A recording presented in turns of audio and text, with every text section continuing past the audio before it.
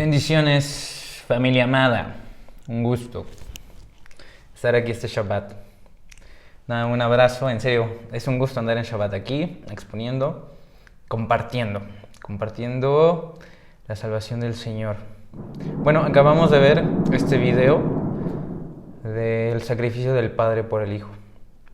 El sacrificio del Padre por el Hijo, una ilustración del sacrificio que está en la Biblia.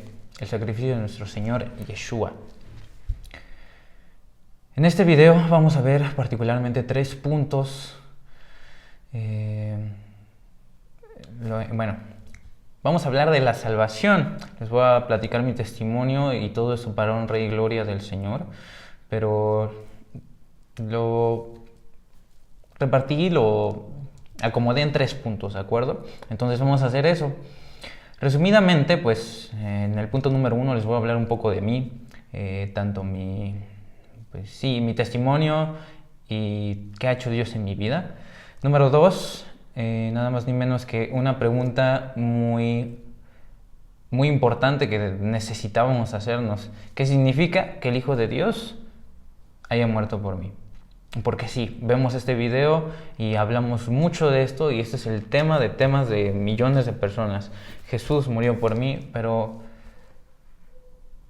eso que a mi vida les voy a compartir particularmente lo que Dios ha puesto en mi corazón y lo que implica el sacrificio del Señor, una de las muchas cosas que implica el sacrificio del Señor.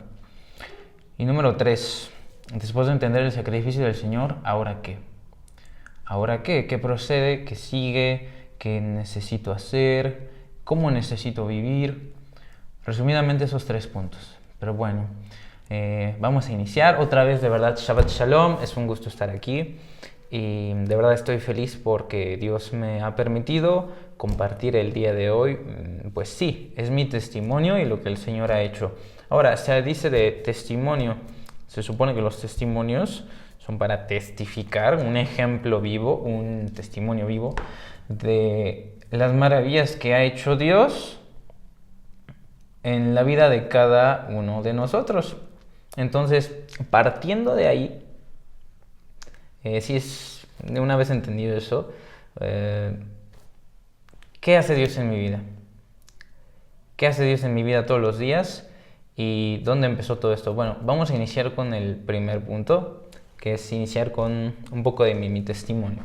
Entonces, todo inició el hecho de que Dios me haya acercado a Él, que bueno, es importante decir que como bien ya hemos estudiado, el Señor nos acerca a Él. Nosotros no nos acercamos a Él, sino que es al revés. Él nos acerca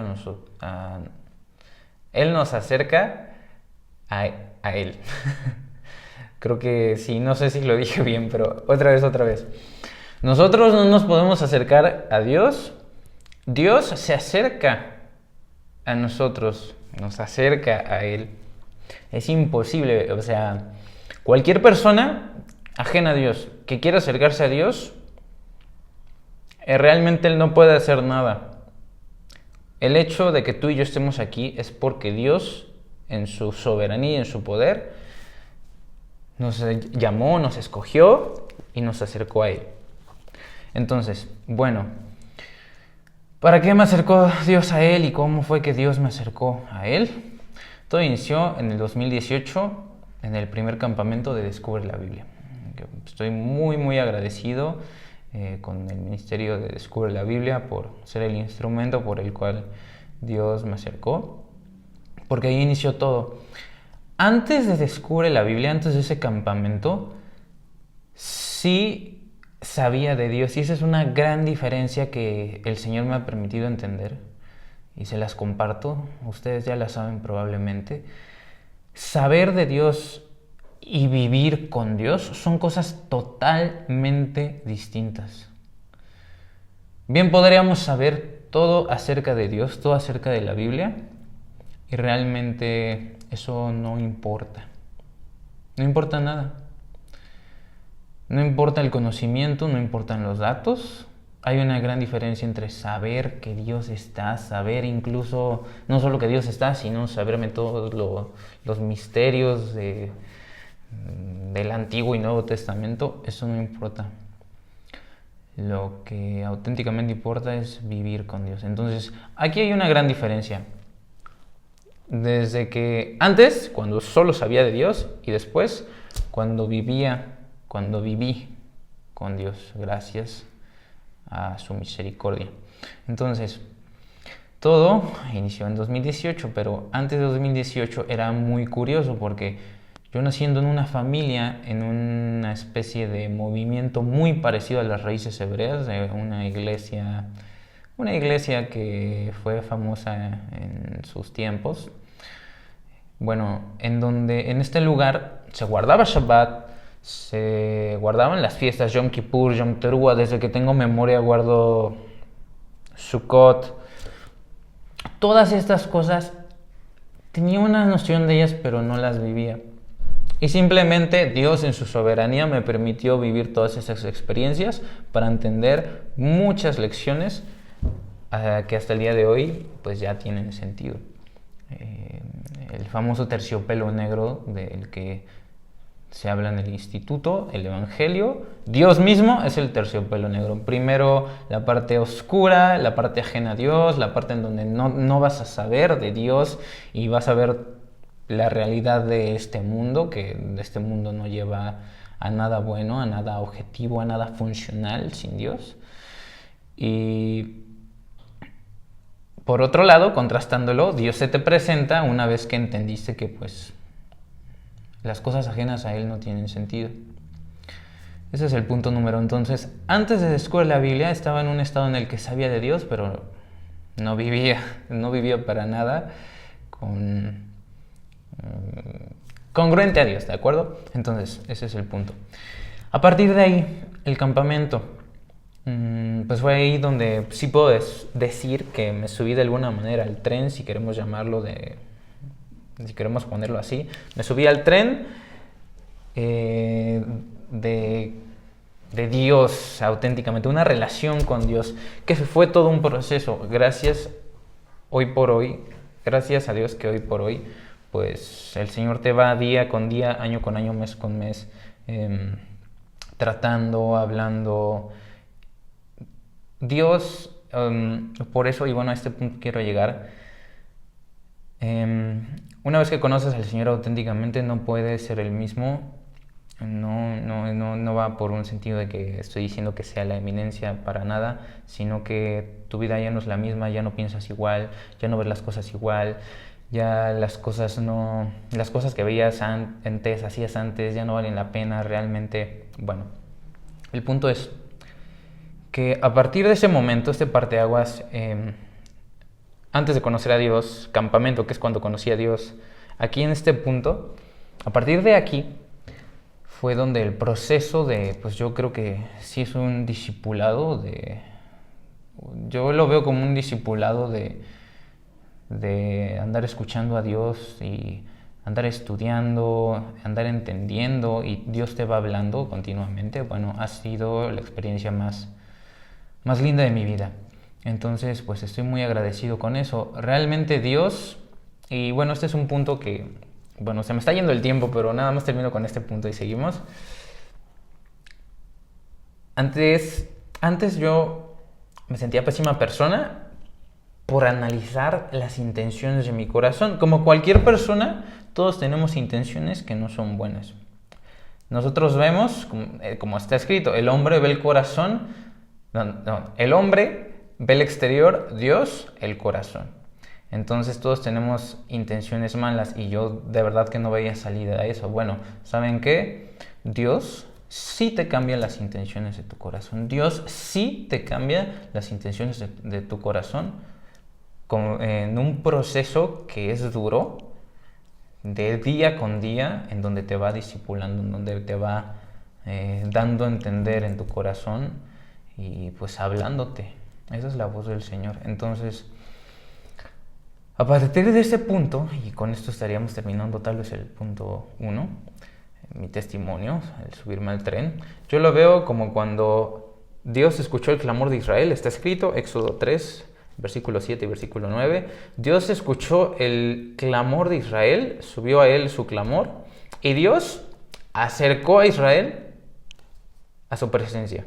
No fue Israel el que salió porque quiso y porque pudo solo de Egipto, sino que Dios con sus milagros, exactamente lo que vemos en tu vida y en mi vida, sacó a Israel, a nosotros, de Egipto, que Egipto es el pecado, Mitzrayim, la tierra de las estrechuras, la tierra de los límites, nos sacó, para que le sirvamos.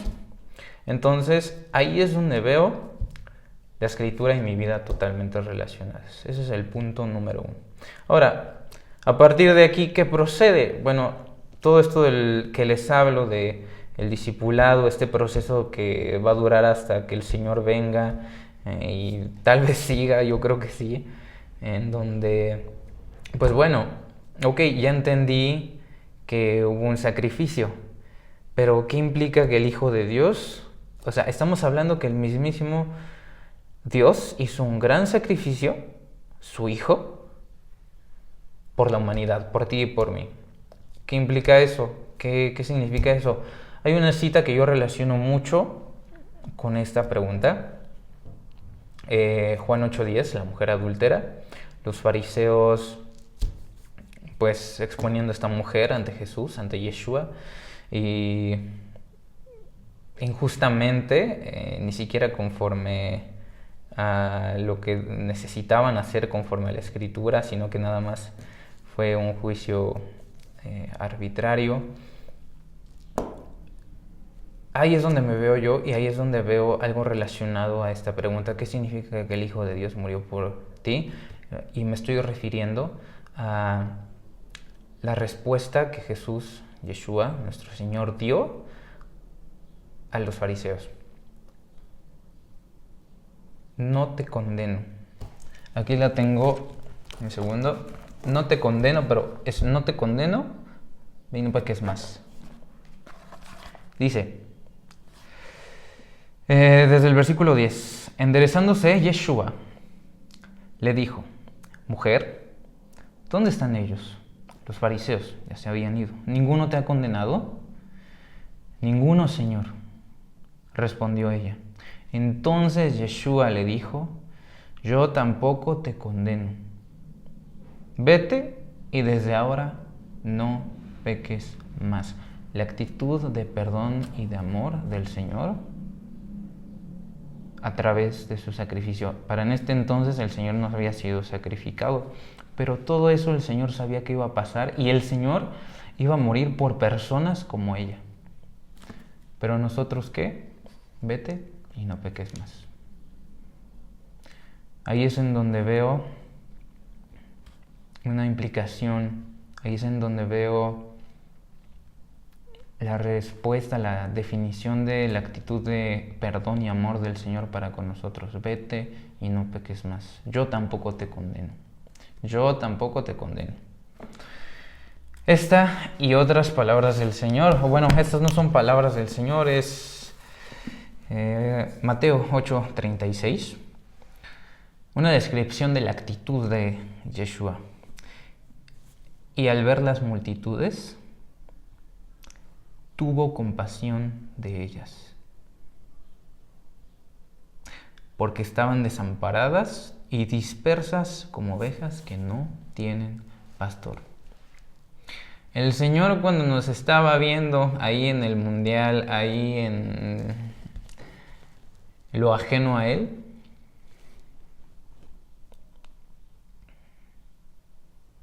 tuvo compasión de nosotros y nos acercó a Él y nos instruye. Eso es el Señor. Eso es lo que el Señor quiere hacer contigo, conmigo y con el resto de sus escogidos. Eso es el Señor, eso es el Dios de Israel, eso es Yeshua, esa es la salvación. Yeshua literalmente significa salvación. Yeshua, imagínate que de repente viene alguien y te dice: hola, mucho gusto, soy la salvación de Dios. Eso es Yeshua de Nazaret. Yeshua, la salvación. ¿Qué significa? Que Yeshua, el Hijo de Dios, la salvación, murió por mí. La manifestación más grande, real y especial de perdón, de amor Eso es la manifestación auténtica de amor. Eso es lo que pienso con esta pregunta. Y bueno, esto nos lleva al punto número 3. ¿Ahora qué? Sí, ok, ya se me presentó el amor de Dios, ya se me presentó el Evangelio y la buena nueva, que es que Yeshua murió por ti. ¿Qué procede? Bueno, Yeshua murió por ti y sí hubo un sacrificio, pero no nada más el sacrificio va solo, igual lo sabemos, sino que el sacrificio está totalmente relacionado a seguir el pacto que Dios hizo con Abraham, Isaac y Jacob. Y esto se traduce en la perseverancia, en no solo guardar mandamientos, la perseverancia sin guardar mandamientos, por supuesto, no estoy diciendo que no, pero con el propósito de fructificar en espíritu, los frutos del espíritu. A veces los hacemos un poco de lado, pero no, totalmente lo contrario. Los frutos del espíritu se llaman frutos del espíritu porque son la consecuencia de vivir conforme a lo que está escrito y tener una relación y compromiso con el Señor, con el Rey del universo que nos está restaurando. Los frutos del espíritu son manifestaciones de que estamos siendo restaurados. Se habla mucho de la restauración de Israel. Nosotros estamos siendo restaurados del pecado continuo que vivimos sobre todo cuando andábamos ajenos a Dios. Seguimos fallando, por supuesto, pero el punto de tener una relación con Dios y andar escuchando al Señor todos los días es fructificar en espíritu, para honra y gloria de Él. Y bueno, para esta parte que estamos terminando con el punto número 2, escogí una cita que para mi gusto engloba muy bien esto, y es nada más ni menos, punto número 3, y es nada más ni menos que Romanos 6:22. Romanos 6:22 es un pequeño versículo que engloba excelente lo que necesitamos hacer. Mas ahora que habéis sido libertados del pecado, nosotros ya fuimos libertados del pecado por el sacrificio del Hijo de Dios. Libertados del pecado, de Egipto, ya no servimos a Faraón, servimos a Dios. Y hechos siervos de Dios, ya estamos en el desierto. Cuando Moisés se le presentó a Dios, dijo, hablando en nombre del Señor, que iba a sacar a Israel para servirle a Dios. Nosotros ahora servimos a Dios. ¿Cómo servimos a Dios? Hechos siervos de Dios, tenéis por vuestro fruto la santificación y como fin la vida eterna. Y todo esto para honra y gloria del Señor. Todo es por Él y para Él. Eso es lo que necesitamos hacer y lo que es la relación con Dios. Un continuo compromiso, guardando los mandamientos, manifestando fidelidad para fructificar en espíritu. La restauración de nuestra persona y en colectivo la restauración de Israel. Eso es lo que necesitamos hacer. Y bueno, hay otra cita que les voy a compartir, que igualmente está en Romanos, una carta a los creyentes dispersos en Roma. Nosotros somos creyentes dispersos en Roma. ¿Qué hacer? Y a esto los voy a invitar. El mundo ya no vale la pena. El mundo nunca ha valido la pena. Nunca. Estar ajeno a Dios no vale la pena y es algo terrible. ¿Qué necesitamos hacer? Dios es lo único que vale. Ni siquiera decir que vale la pena incluso está mal, no es una pena. Dios es lo único que tiene sentido al existir. Para eso fuimos creados. Nosotros fuimos creados para ser un testimonio vivo de las grandezas de Dios, siendo fieles y de todo lo que hacemos para su nombre, para su gloria.